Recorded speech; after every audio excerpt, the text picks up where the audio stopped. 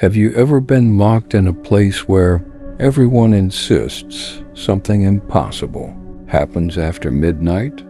Most people think prisons are terrifying because of the inmates. They're wrong. Sometimes it's the things that never checked out. My name is Daniel, and in 2021, I worked as a correctional officer at Blackridge State Prison, a maximum security facility hidden deep in the mountains. The prison was nearly 80 years old. Countless inmates had died inside its walls: murders, suicides, riots, and unexplained accidents. Every rookie officer heard the same warning during orientation. If you're assigned to cell block C, don't answer anyone calling your name after lights out. Everyone laughed. So did I. I stopped laughing after my third night. I worked the midnight shift.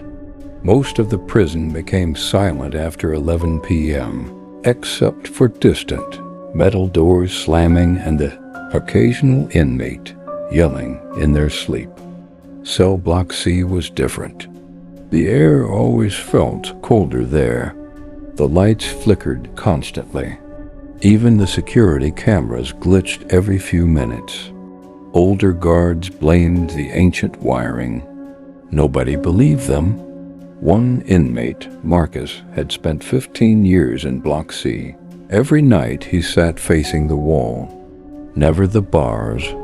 When I asked why, he whispered, "Because something watches from the hallway, and it hates when we look back." I assumed mental illness. That assumption didn't last long. One rainy Thursday, my partner called in sick. I had to patrol Block C alone. The control room locked every cell electronically. Nobody could leave. Around 12:17 a.m., I heard footsteps. Not unusual, except they were slow, heavy, perfectly timed. Clang, clang, clang, like boots striking concrete. I checked every cell. Every inmate was inside. The hallway was empty. The footsteps continued behind me. I spun around. Nothing. Nothing. They stopped. The moment I began walking again, they returned, always behind me, always matching my pace. I radioed dispatch.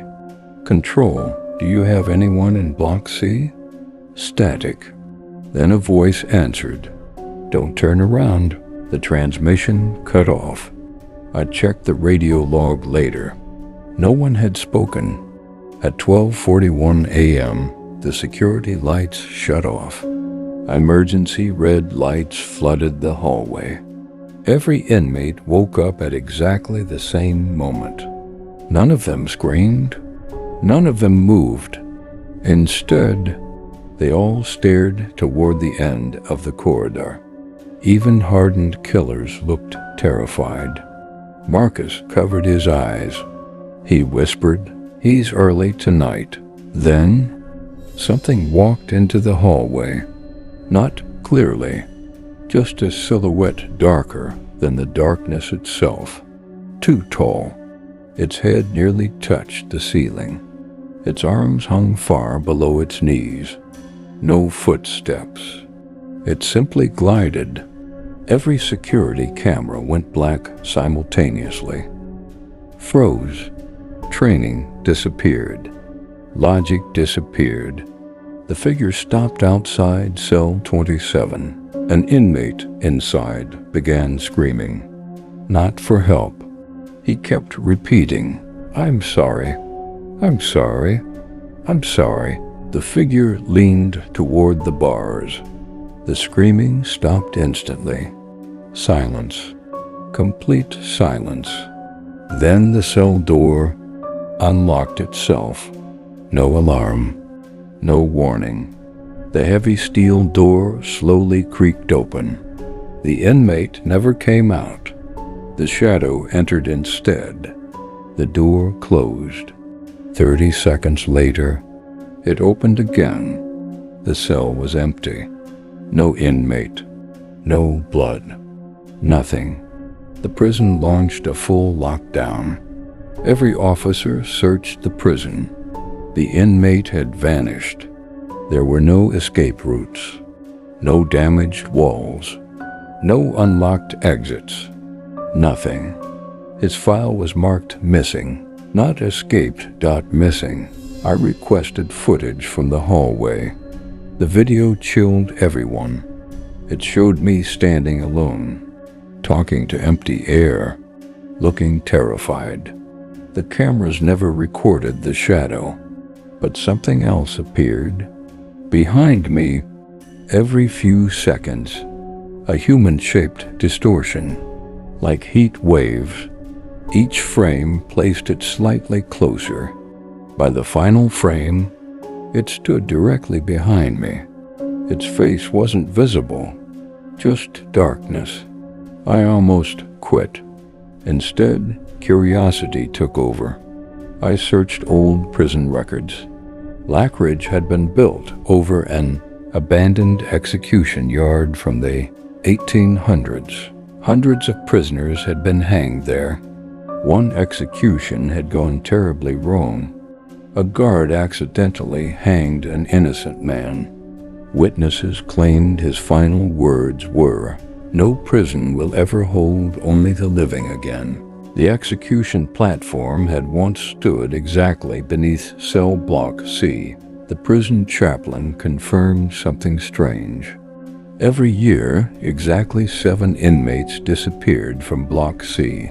No explanation, no evidence. Just gone. The prison classified them as escapes to avoid public panic. But every guard knew the truth. None of those men ever left the prison. Months later, I transferred to another facility. I never returned, but one package arrived at my home. No return address. Inside was my old prison radio, the one I used at night. I had turned it in before leaving. It should have remained locked in evidence. I switched it on. Static filled the room. Then, a whisper, clear as day. "Officer, don't turn around." I froze. Every light in my apartment went out. Behind me, I heard slow footsteps. Clang, clang, clang. Exactly like the prison. I never looked back. I ran outside barefoot and never entered that apartment again. The building manager later told me nobody had been inside. No signs of forced entry. Nothing had been stolen, except the radio had disappeared. To this day, I still wake up around 12:17 a.m. Sometimes I hear those same footsteps outside my bedroom door. Always slow, always patient, waiting, waiting.